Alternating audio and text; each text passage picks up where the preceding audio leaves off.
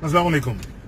मरियम सफदर अवान और उसके तमाम के तमाम बेगैरत पटवारी, हां तुम बेगैरतों से बात कर रहा हूं। ये जो एक घटिया तरीन तुमने प्रोपेगेंडा शुरू किया ना तुम लोगों ने खान के खिलाफ कि खान कश्मीर के मसले पे कॉम्प्रोमाइज कर चुका है, ये झूठ है, ये बकवास है, ये एक शैतानी चाल है, ये इस मुल्क के खिलाफ एक साजिश है। एक सर्विंग प्राइम मिनिस्टर के खिलाफ उसकी आवाम के अंदर ये गलत गुमान फैलाना, तुम तमाम हरामखोरों के खिलाफ आर्टिकल 6 लगना चाहिए और चराहों पे फांसी लटकानी चाहिए।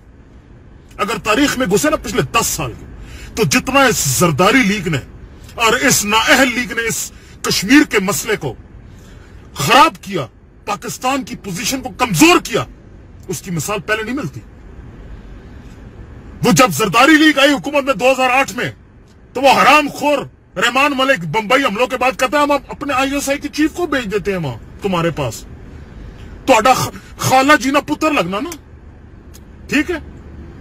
जब ये नाअहल आया, पहले अपने आप को चूड़ा चमाड़ बनाया उस मूदी खतरी की इनॉग्रेशन पे जाके, अपने कारोबार को फरोग जो देना था, फिर उसको आग पाकिस्तान बुला के जफियां लगा के पपियां दिला के अपने तमाम बेगैरत टब्बर से मिलवाया अपने खानदान की शादी में। वहां से वो जंदाल अपने कारोबार की बातें करने बगैर वीजों के पाकिस्तान आता रहा, इससे मरी में आकर मिलता रहा।